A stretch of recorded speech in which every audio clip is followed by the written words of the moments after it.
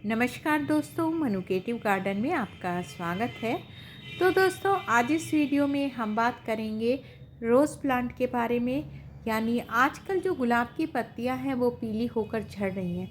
बहुत ज़्यादा ये समस्या रोज़ प्लांट में देखने को मिल रही है। पत्तियां जो होती हैं वो नीचे से पीली होनी स्टार्ट होती हैं और धीरे धीरे ऊपर तक वो सारी पत्तियां पीली पड़ जाती हैं, पूरा ही प्लांट खराब हो जाता है। देखिए, वैसे तो पत्तियों का पीला पड़ना कॉमन सी बात है, यानी जो पत्तियां पुरानी हो जाती हैं उन्हें तो पीली होकर झड़ना ही है। लेकिन अगर आपका गुलाब के प्लांट में एकदम से सारी पत्तियां पीली हो रही हैं, जो न्यू ग्रोथ निकली है उनकी पत्तियां भी पीली हो रही हैं, तो दोस्तों आज इस वीडियो में मैं उसी का ही कारण बताऊंगी कि हमारे रोज़ प्लांट में पत्तियों के पीली होकर झड़ने के क्या कारण हैं, और कारण के साथ साथ ये भी बताऊंगी कि हम उस समस्या को किस तरह से दूर कर सकते हैं। देखिए दोस्तों, गुलाब की जो पौधा होता है उसकी पत्तियों के पीले होने के वैसे तो कई कारण होते हैं, लेकिन जो मेन कारण होते हैं वो 3 कारण होते हैं। सबसे पहला कारण तो होता है कि फंगस अटैक के कारण।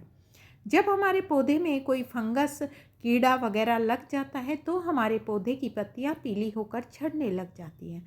और दूसरा जो मेन रीज़न है वो है पौधे में पोषक तत्वों की कमी का होना।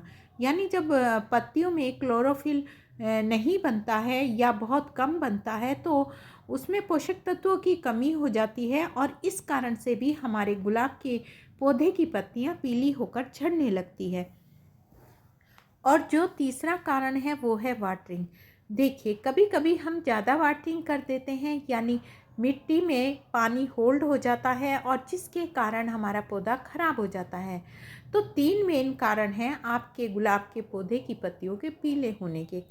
तो दोस्तों, अब बात करते हैं कि हम किस तरह से ये पहचानेंगे कि जो हमारे गुलाब की पत्तियां हैं वो फंगस अटैक के कारण पीली पड़ रही हैं या पोषक तत्वों की कमी के कारण पीली पड़ रही हैं। तो ये भी मैं आपको बताऊंगी। देखिए, सबसे पहले आप अपने पौधों की पत्तियों को ध्यान से देखिए।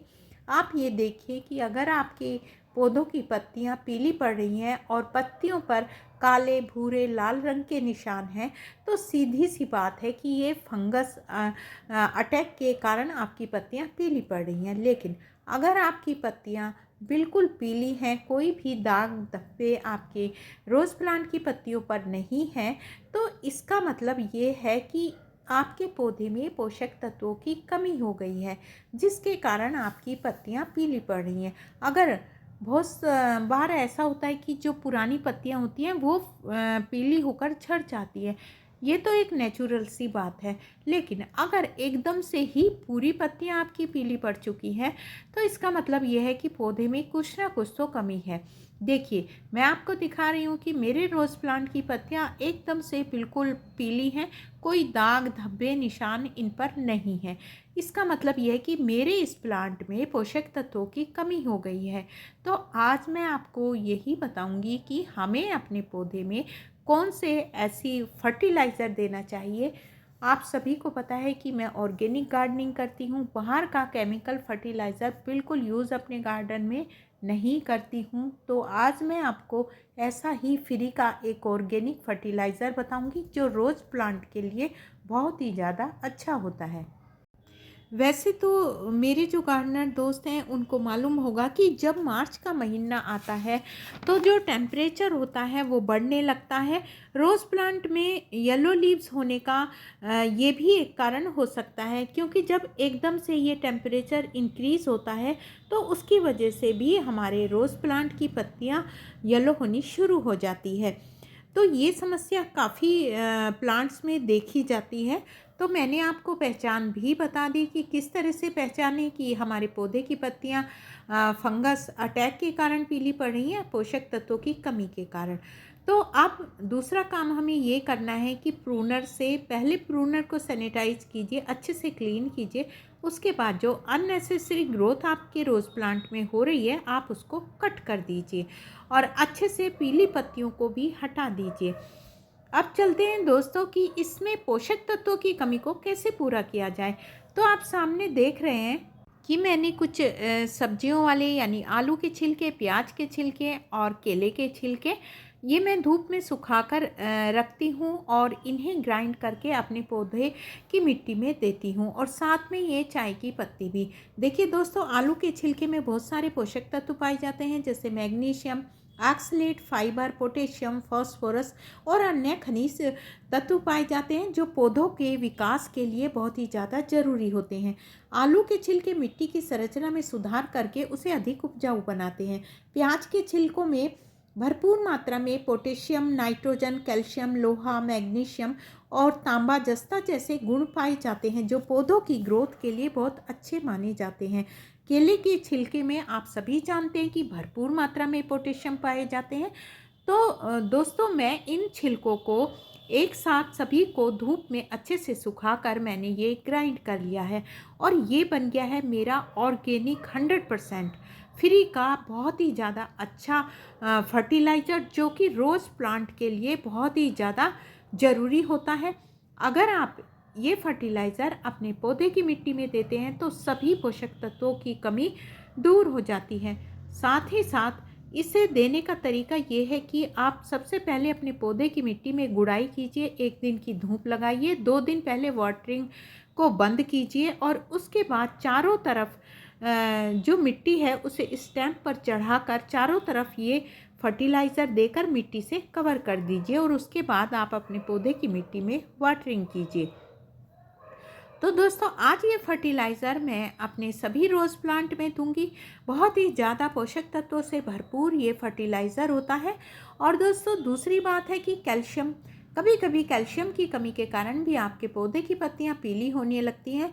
कैल्शियम की कमी को पूरा करने के लिए आप जो चौक आती है, आप उससे एक चौक को इस तरह का, अगर बड़ा ग्रो बैग है तो मिट्टी में नीचे इंसर्ट कर दीजिए, या आप उसे ग्राइंड करके पीस कर उसका पाउडर भी मिट्टी में मिला सकते हैं।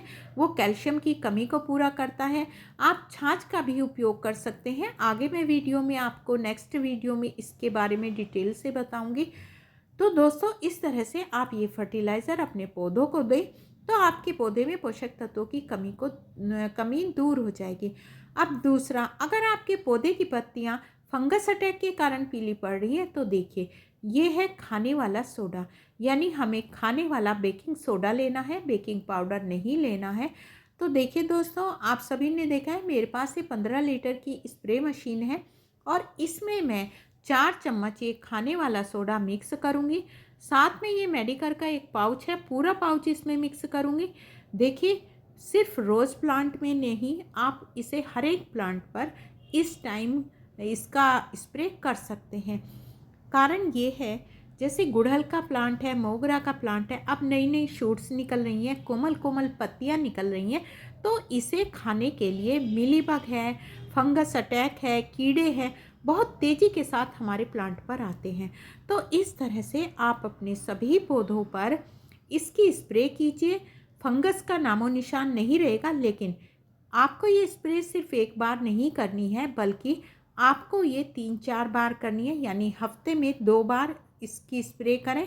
आपके पौधे से फंगस जड़ से ख़त्म हो जाएगी। तो दोस्तों, इस तरह से रोज़ प्लांट की हम केयर करके अच्छा सा फर्टिलाइज़र देके और ये फंगीसाइड का स्प्रे करके हम अपने पौधों में दोनों कमी को दूर कर सकते हैं। और तीसरी, वाटरिंग। तो वाटरिंग आप समय पर करें। मिट्टी जब ज़्यादा सूख जाए, जब पानी ना दें, बल्कि मिट्टी में हल्का सा मॉइस्चर बना रहे तभी आप पानी दें। ज़्यादा वाटरिंग करेंगे जब पौधा ख़राब हो जाएगा। अगर बिल्कुल पौधे को, मिट्टी को सुखाकर पानी देंगे जब भी पौधा ख़राब हो जाएगा। तो दोस्तों, आप गार्डनिंग करते हैं, आप सभी को अच्छे से मालूम है कि किस तरह से हमें पौधों की मिट्टी में पानी देना चाहिए। सबसे पहले जो पौधे की मिट्टी है उसे आप थोड़ा प्रेस करके देख लीजिए। अगर मिट्टी में नमी है, मॉइस्चर है, तो पानी मत दीजिए। अगर नमी नहीं है तो आप वाटरिंग कर सकते हैं। वीडियो अच्छी लगी है, वीडियो को लाइक, शेयर, और जो मेरे दोस्त पहली बार मेरी वीडियो देख रहे हैं, मेरे चैनल को सब्सक्राइब करें। Thanks for watching. Happy gardening.